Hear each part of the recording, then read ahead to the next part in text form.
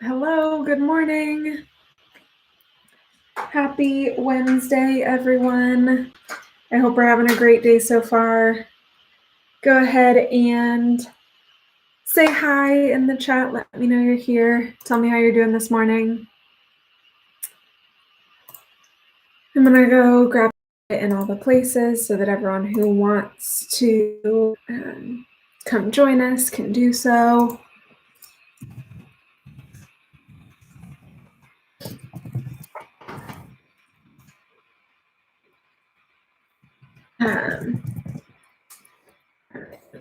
Morning, Jacqueline. Hey, Gunica. Hey, Alma. Hey, Mrs. Garcia. Hey, Valerie. Hey, Marissa. Oh man, Miss Garcia, I am also very tired today. I got plenty of sleep too. I don't know. I think it might be from spending a lot of yesterday up and about and moving and going and doing stuff and all of that. But that's all right. It was so much fun to get to see people. Yeah, getting to see students. I also saw some of my fellow teachers at like the pickup where we picked up all the baskets. I saw Mrs. Mendez on the Mean Streets of Mountain House because we were delivering baskets on the same street. So it was really fun. I was really glad to be able to go out and see people. And hopefully it was as much fun for all you seniors as it was for us as the teachers delivering.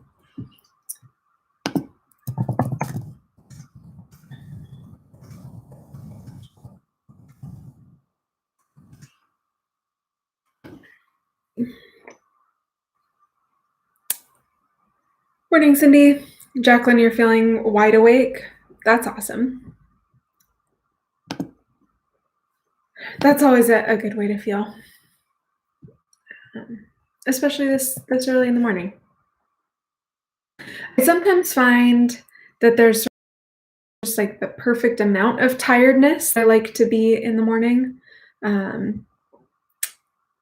where I'm sort of too sleepy to feel super energized to do fun stuff that I just want to do, where I'd rather just like sit and try to focus in on something, but I'm awake enough to be able to focus.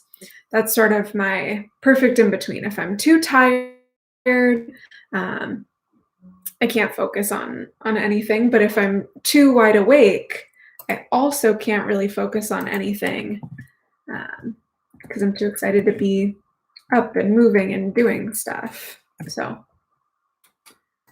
hopefully I'll hit that sort of perfect amount of awakeness in the next few minutes so that when we're done here, I can get back to grading. I do think that that's probably the other thing that's making me tired. Did a lot of work. Oh, hey, Alicia. All right.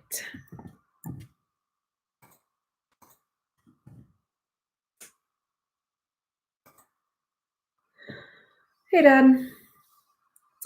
Yeah, it's a big day. For those of you who didn't see, my dad is wishing you good luck on your AP exam. It's a big, big day for us. All of our hard work is going to pay off today. We're going to get a chance to show off all that we know and all that we've learned and all that we can do. I am so excited for us to do that and to hear about how it goes. In honor of the big day, I wore my Shakespeare shirt. Something wicked this way comes. Quote from Macbeth. I thought it was a good AP Lit situation. We got our Shakespeare quote, but also I feel like it has the right tone of I don't know, maybe not something ominous, but like something's coming. And what is coming is the AP test. So that's exciting. Jacqueline, grading's going all right. I'm a little bit behind where I would like to be. Having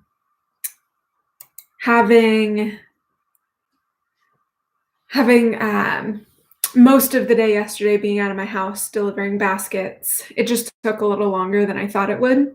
So I didn't get quite as much done yesterday as I would have liked, but I'm gonna get it done and that'll be good. Yeah, I think that's one of the weird things about tests like these is it's that weird mix of you're nervous, but you're also excited because you know that you're ready. And probably at least some amount of it is just wanting it to be over so you don't have to worry about it anymore. Yeah, with the test needing to sort of change format and change time, I think it was nice that we got the extra week. Really, the original date of the test was a week ago. So we sort of got an extra week to prepare, but the AP Lit test has always been one of the 8 a.m. tests. So you take it right at 8 and then it's over and you're done.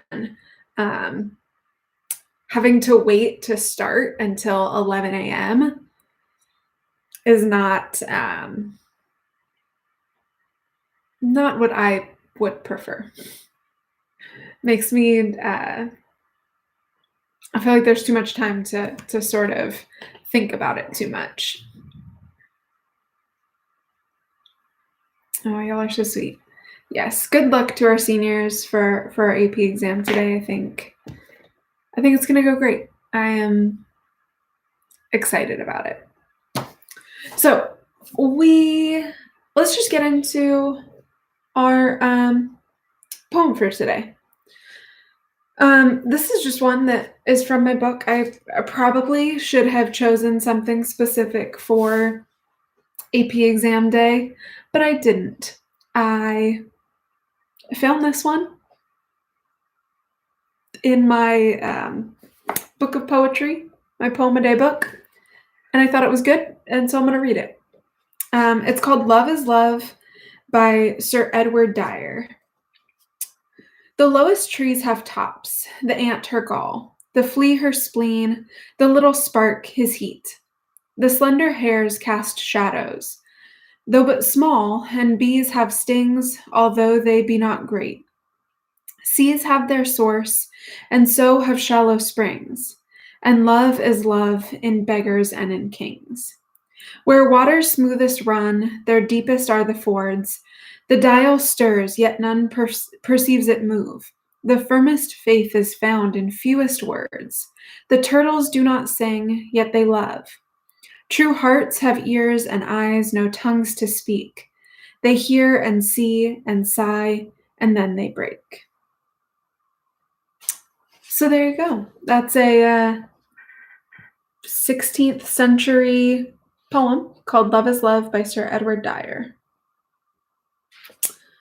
All right. So, with that sort of almost sweet poem out of the way, we're going to go on to my book recommendation for today. And this one is not actually a book. It is actually a play. So the play that I'm recommending today is called A Streetcar Named Dyer by Tennessee Williams. So this is a play that is pretty common in like American literature surveys, right?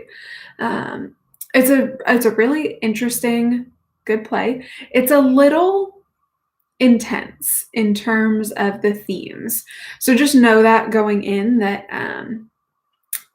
it's almost slightly graphic. So you just have to watch out for it. I like to give that heads up right away.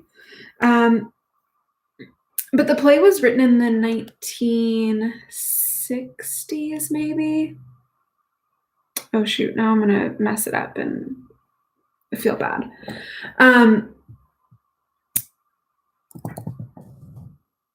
Let me see if I can get the right date. Oh, before that. Definitely before that. It premiered on Broadway in 1947. There you go. It was also created into a film in 1951. I did not realize that it was that old. Wow. Okay. So the film was 1951, which had a young Marlon Brando, which I don't know, ladies, a young Marlon Brando. It's a good look. But yeah, so the poem or the play features this married couple, and the wife's sister comes to stay. So let me actually read this part of it, because then I'll make sure that I get all the stuff right. So Blanche Dubois arrives at her sister Stella's New Orleans apartment, seeking refuge from a troubled past. But her ethereal spirit irks Stella's husband, the loutish Stanley Kowalski. Crudely, relentlessly, he unmasks the lies and delusions that sustain Blanche until her frail hold on reality is shockingly severed. So that's sort of the overview. The play deals with relationships, both within a family and within a marriage, and the ways in which we lie to each other and we lie to ourselves. And it sort of unwinds some of those lies throughout the course of the play. And it's a really intense play. There's a super famous scene that is alluded to often, where Stanley is standing outside yelling his wife's name, Stella! Very famous. And you'll often see that alluded to. So I recommend this play for those of you who are maybe a little bit, who aren't sort of turned away by sort of the intensity, the pretty mature themes throughout. But if you're interested in that, then it's a really good play for starting to deal with some of that, those issues of literary merit. We've read some plays, like in AP literature, and this one does a nice job of helping students see some of those things that might have been hard to see in a play like Othello. It's more like Fences. It's much more easily understandable, but I think in some ways, definitely the symbolism in Streetcar is a little bit more present and prevalent than in Fences. And so there's a lot to really dig into to try to analyze as a work of literature, but also it's just a really interesting play to watch. So there you go. I'm not going to read any of it just because the exposition part of it is not that interesting as a beginning, and the dialogue is pretty short. It would be weird for me to try to read it and just keep saying character names over and over again at the beginning there. But I totally recommend it. I'm sure you can find versions of it on YouTube. I just looked up a PDF of it and it came right up. I have this on Hoopla.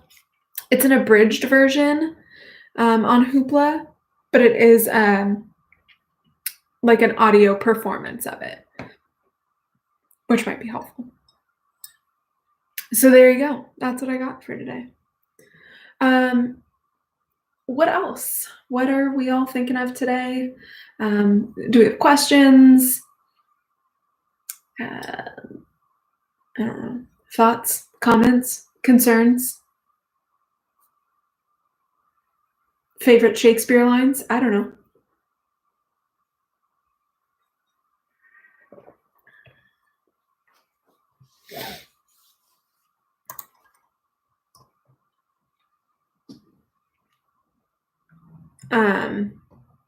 Cool.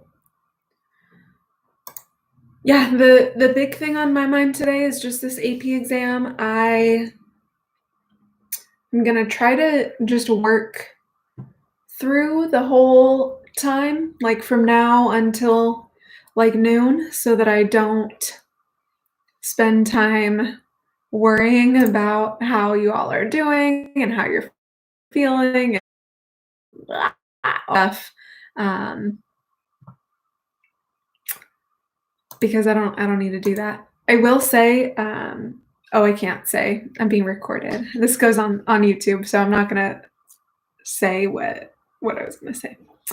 I'm just excited. I always get nervous for you. I get secondhand nervous as you're doing your test, just because I know that you all can do so well, and I hope that you get the prompt that and the passage that is just going to connect with you and that you're going to latch onto, and be able to put your best foot forward. I really think it's going to be a day for us. I'll see all of you in Google Meet class today. Sophomores, we will have class today. Seniors will have class. We'll have a celebratory class to hang out and talk and just celebrate all of your hard work this year. So if we don't have anything else, I'll probably just sign off for today, so that I can get back into all of the grading, because goodness knows there is still a lot of it to be done. So I hope you all have an awesome Wednesday. I will see you either later today in Google Meet or tomorrow back here on YouTube Live. Seniors, good luck on your AP Lit exam. I know you're going to do amazing. I'm available on email and chat this morning if you have last minute questions or need a last minute pep talk. So let me know. All right. Have a great rest of your day, everyone. I will see you later. Always remember who you are, what you represent, and to share your Mustang pride. Bye, guys.